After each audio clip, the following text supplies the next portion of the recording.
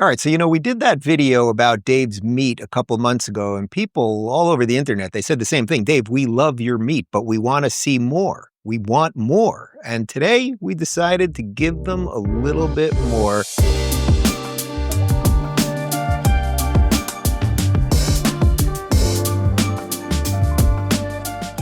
That's right, these are Dave's 10 staples. These are actually the 10 staples in my diet, pretty much the things that are getting into one way or another every meal that I eat. And people have been commenting on the glow up. I'm at the lowest weight I've been in 6 years doing my thing. I'm out there. It's also a function of just sweating in the Florida summers. But I want to just go through quickly some of the things that I'm doing because I'm just trying to eat. I'm not crazy about dieting, as I've told you guys. It's nice and simple and clean and basically all whole foods, nothing boxed and that kind of stuff. So very simply, the easiest thing, I think the thing that changed me the most is just eating more red meat in general and a skirt steak, which is not super expensive. Go for the prime if you can afford it, but choice is okay too. A skirt steak, you cannot screw it up. It's gonna be thin and juicy and there's enough fat in there that I promise you're not gonna burn it, you're not gonna overcook it.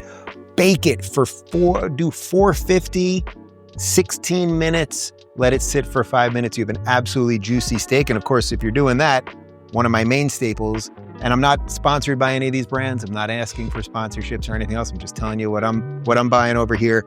Get a good salt and pepper blend, nice coarse salt and pepper. Coarse is the key. You don't want just fine, kind of feathery, dusty salt and pepper. You want coarse salt and pepper. It'll give you a nice crust and a nice char on that. So salt and pepper, which I do on steak, but I do on pretty much everything else. Then I mentioned to you guys, and this was a little controversial when I mentioned it last time, chicken thighs. Chicken thighs. People think about the breasts, but I want you to think about the thighs. Okay, I know people like the breasts, but I want you to think about the thigh and focus on the thigh a little bit more. Thighs are a little juicier. You can cook them a little bit longer and you're not going to dry them out. Is there anything worse other than a Democrat than dry chicken? No, obviously. You are not going to dry this out. I'm telling you, if you got an air fryer, get yourself an air fryer. What are we talking about? Preheat it to about 390 for like 3 minutes. Throw these bad boys in there with a little salt and pepper, maybe a little garlic powder. That's all you need. Or do your favorite rub. That's it. Throw them in there for about 18 minutes. You're going to have the juiciest, crispiest chicken you ever had. This one has become a major, major staple for me. So just ground beef in general is just good, right? You're getting protein, you're getting some fat. This particular brand has this great blend. Again, these are not sponsors, but this is Force of Nature, and this is grass-fed beef, and it's regenerative farming. And the Ancestral blend, which has grass-fed beef, obviously, but it also has beef liver and beef heart. And you can even see, there's some stuff in there that's not just beef. You're getting the organ meat in there, and you can talk to Paul Saladino about the value of organ meat. So I do a lot of that. Sometimes I'll just take a pound of that, tiny bit of olive oil in the pan, and I'll crack like 4 eggs in there, and that'd probably be like 2 lunches. Then like the easiest thing in the world that everyone loves, but nobody should forget about is just a simple can of albacore tuna. Don't get that chunk light cat food stuff, the mush. Don't do that. Throw in the extra $1 a can. Get yourself some good tuna. The numbers on here, it's 180 calories, and you're getting 33 grams of protein in 1 can. Like, this is good stuff. As some of you know, I used to survive on industrial strength tuna, giant vats of tuna that a buddy of mine, when I was a struggling comic, he worked in food service, used to give me huge vats of tuna, and I'll probably die of mercury poisoning one day, but it's worth it. It's worth it. Okay, then this has been a new one, and you don't have to buy it I know. I'm an elitist over here. You don't have to buy it pre-sliced or pre-cubed, but just watermelon. Watermelon, it's good for you. It's not going to spike the sugar, especially if you live in a warm place. You're going to get some extra hydration. Sometimes I just do a steak and watermelon for lunch, and it's great and it's crunchy. And if it gets a little bit of the salt or some of that meat juice on there, really delicious. My main go-to on the side, the only lettuce that I will ever need ever, is arugula. I love the arugula, as Steve Martin said in My Blue Heaven. Arugula, it's a vegetable. Get yourself some arugula, and then just something simple, a little olive oil drizzle on top, a little balsamic, you're good to go. Honey, people, get yourself some local honey. It's just, you don't need sugar on anything. I don't do sugar. I can't remember the last time I took a spoonful of sugar and did anything. Honey on top of anything. Put it on top of your chicken. after you grilled up your chicken. You could put it on your steak if you want to put it on your steak. A little bit on the side of your plate just to kind of dip around. You don't need any saucy sauces and any of that crazy stuff. This one's not something that, well, I do have it every day, but it seems like it's slightly misplaced here.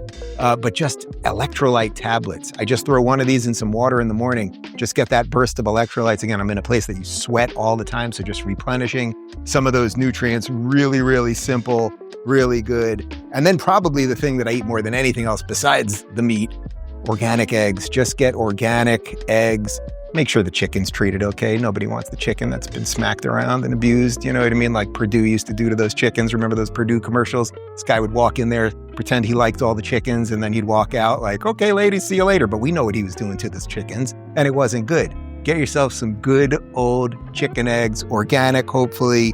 Pasture raised is nice. Make sure they see a little sun, touch a little grass, as the kids say. And, well, it's here. As long as we're doing things like electrolytes, we'll also do just some whey protein powder. I happen to like this one. And I throw this, just a spoonful of this in my coffee in the morning, just get a little burst of extra protein. And I think that is 10 things. 1, 2, 3, 4, 5, 6, 7, 8, 9, 10. We're going to count these two as one. Electrolytes and protein count as one. That's 10. And then they said, what's the bonus, Dave? What ties all of this together? What could you have while you're having all of these delicious things in the most wonderful, exquisite meal ever? And of course, the answer is copal. You want a nice 3-month aged reposado tequila that has just the perfect essence of agave, 100% blue Weber agave, by the way, and just light and refreshing and fun. And if you do all of these things for a series of weeks, you could be just like me. Goodbye. All right, guys, we got a bonus for you because the number one question I get is, Dave, how do I make eggs? And I thought, let me show the people how to make eggs. There actually is a little bit of a trick to it, and we're going to throw in a little bonus thing besides just the eggs. Eggs, you cannot eat too many eggs. I don't care what your doctor says. I'm not a doctor. Trust me, don't trust me. I just don't think anyone can eat too many eggs. Eggs is the perfect food. They really are. So what do? You're going to take a little grass-fed butter.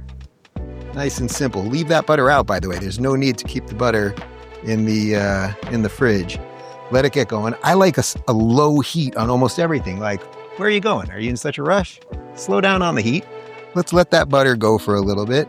And then I've got 3 pasture-raised organic eggs. These chickens that laid these eggs, these were happy chickens right until the end, where it didn't end well, but it usually doesn't end well for most of us, okay? We're going to get that butter going. Nice and easy. And you could do a little pan like this just for 3 eggs. And super easy. Just going to crack 3 eggs. And if you get a good egg, I mean, you really can tell the color of the yolk is just so much nicer, so much either a yellow or an orange. It's just richer.